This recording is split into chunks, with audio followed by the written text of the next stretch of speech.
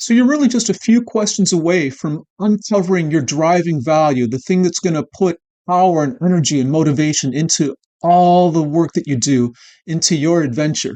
So let me tell you a story. You might remember way back in the first lesson when I talked about my dream of going to Italy and how this became my adventure. Now, the biggest obstacle I was facing was that I needed some money to get there. Italy's expensive. And at the time, I was working as a telemarketer and I was making about $15 an hour, once in a while, a commission on top of that. But that was pretty much it, and that wasn't going to cut it. Now, right away, I started thinking about what I could do to make more money to save up for Italy. And pretty soon, I actually had another job that paid almost twice as much. And I also working on a side hustle. And so I was making more money. I solved that problem, but not really because Italy's expensive. And no matter how hard I worked, no matter how much I brought in, it still seemed like at best, if I was if I was consistent, maybe in like a couple years, I'd be able to afford a vacation to Italy.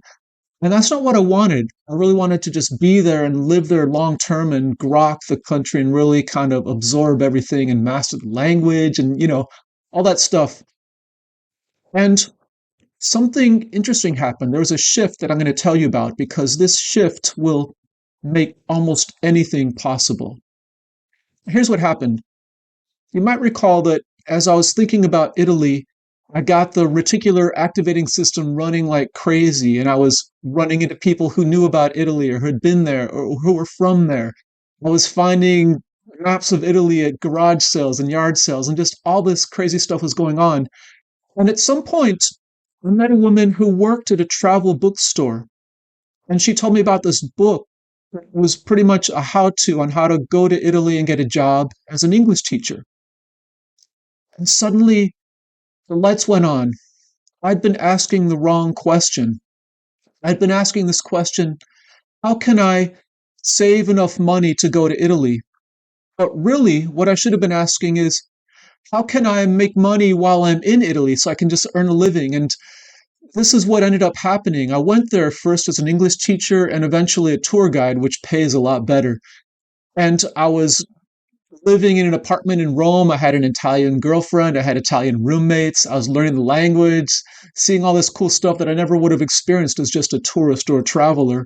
And I was getting on the freight trains. I mean, not the freight trains, that's another story. I was getting on the subway every morning, riding the trains, riding the buses, public transit to get around Italy. I was really immersed in that culture, in that way of life. And that's exactly what I wanted. And the whole thing happened because I met this person and started asking a new question. And this is key because anything you want in life, if you're not able to figure it out or how find out how to get it, you just have to ask a different question. Now, here's another thing that I struggled with for a long time, for many years. I didn't really understand myself well enough and didn't know what my driving value was. And we're going to talk about driving value today.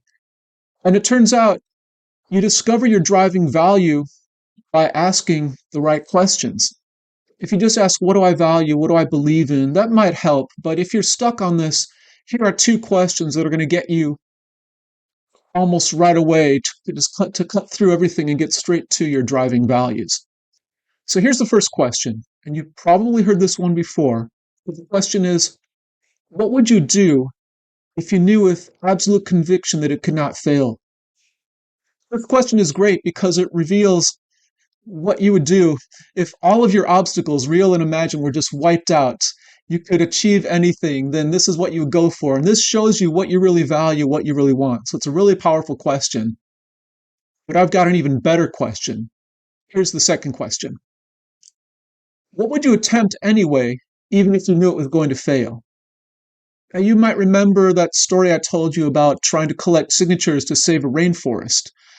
And at the time, I was sure it was going to fail because the first two people I asked just basically beat me up verbally, and I thought there's just going to be more and more of that. But I decided to attempt it anyway because no one else was doing this. And so this is where I realized where my values lie in protecting nature and protecting ecosystems. And so as you figure out what you would do, even if you knew it was going to fail, You start to see what you really believe in. You're going to do the right thing even if you think you're going to fail. You're still going to try it because it's the right thing to do. And this shows you where your morals and your values lie when you answer this question. Now, another cool thing about this second question, it also reveals things that you enjoy, things that you love, things that are fun. Like maybe you're going to take on some ambitious art project, and even if it comes out looking like a piece of crap, you had fun doing it and putting it together. You learn from it. And this is something where you do something even if it was going to fail.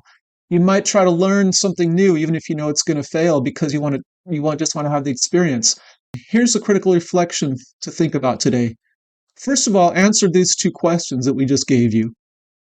And next, after that, what is it that you believe or feel in your heart that causes you to answer the questions the way you did?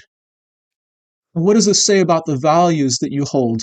And when you answer all these questions, you're going to uncover your driving value. And remember, when your adventure is aligned with your driving value, you're going to be much more empowered to carry out any kind of task, no matter how scary or challenging or daunting it seems to be. And so, even though driving value is the letter D, it's the end of the wind formula, we're starting with this one because it's key. And if the rest of the other three letters of the rest of your wind quest is not aligned with your driving values, it's not going to work. You're going to be sabotaging yourself unconsciously all the way. So make sure you understand your driving value, and I'll see you in the next lesson where we're going to look at how to discover really quickly what it is that you really want. It's going to be a great lesson. I'll see you there.